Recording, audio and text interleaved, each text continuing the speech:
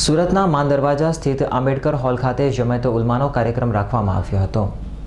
ભારત સર્વધર્મ સંભાવનાનો ધરાવતો દેશ છે, પરંતુ ઘણી વખત ધર્મગુરુઓ બીજા ધર્મની વિરુદ્ધ આગોકીને સદભાવનાને ભૂલી જતા હોય છે। આવું ન થાય તે માટે જમાતે ઉલમા દ્વારા લોકોને શાંતિ, સલામતી અને ભાઈચારા તથા સદભાવનાનો સંદેશ આપ્યો હતો અને તે માટે ચર્ચા યોજાઈ હતી, જેમાં મોટી સંખ્યામાં સર્વધર્મના લોકો જોડાયા હતા।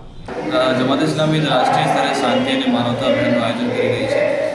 એનો હેતુ એ છે કે આજે જે ભારત વર્ષમાં જેવી પરિસ્થિતિનું નિર્માણ થયું છે, બે લોકો વચ્ચે વધતી તંગદિલી અને લોકો એકબીજાને ધર્મના આધારિત ધર્મના વિષયો પર ચર્ચા કરવા કરતાં ધર્મને વિષય બનાવીને એકબીજા પ્રત્યે નફરત અને વેર ભાવના ફેલાવી રહ્યા છે। એ મુદ્દાને સામે રાખીને અમે લોકોએ શાંતિ સંમેલનનું આયોજન કર્યું છે અને આ અંતર્ગત અમે એવો પ્રયાસ કરવા જઈ રહ્યા છીએ કે હિન્દુ, મુસ્લિમ અને જેટલા પણ ધર્મના અને જાતિના લોકો છે એકબીજાને સમજે અને એની પર ચર્ચા વિચારણા કરે અને જે પણ મિસકન્સેપ્શન છે એમના એ મિસકન્સેપ્શન દૂર થાય અને ભારત વર્ષે પ્રગતિ કરતું થાય।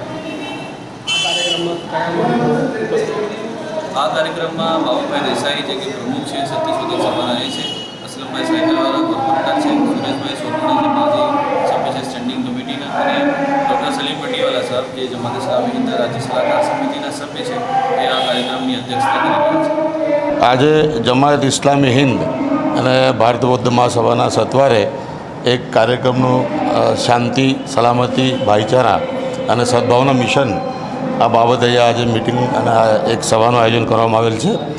આજે સમગ્ર દેશમાં જે વ્યક્તિ વચ્ચે, ભાઈઓ વચ્ચે, પ્રાંત વચ્ચે, શહેર વચ્ચે જે અસદભાવની ભાવના સમગ્ર દેશમાં ચાલી રહી છે તેમાં થોડુંક સુધારો થાય, લોકોમાં એકબીજા પ્રત્યે પ્રેમ, બંધુતા, ભાઈચારા આવે।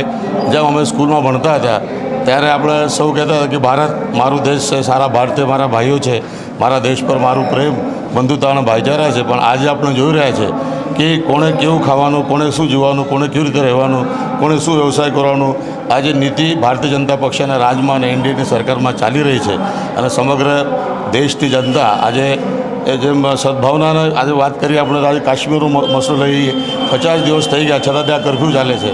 આજે ગુજરાતનો પ્રશ્ન છે, મહારાષ્ટ્રનો પ્રશ્ન છે, દેશના તમામ હિસ્સાઓમાં ક્યારે અનામતનું આંદોલન, ક્યારે જાતપાતનું આંદોલન, ક્યારે ગૌરક્ષાના નામે જે પ્રકારે દેશમાં ભાઈઓ પ્રત્યે નફરતની નીતિ રીતિ આ શાસકો દ્વારા ચલાવવામાં આવી રહી છે તે નીતિ રીતિ સમાપ્ત થાય, દેશમાં બંધુતા, પ્રેમ, કરુણા, ભાઈચારા જે બંધારણના સૌહાર્દ છે, જે ભારતીય બંધારણનું બેજ છે, જે ડૉક્ટર આંબેડકરે સૌ માટે લખ્યું છે, આ બેજના લોકો સુધી પહોંચે અને લોકોમાં સદભાવના ઉત્પન્ન થાય, આ પવિત્ર ઉદ્દેશથી આજે આ સંમેલનનું આયોજન કરવામાં આવેલ છે।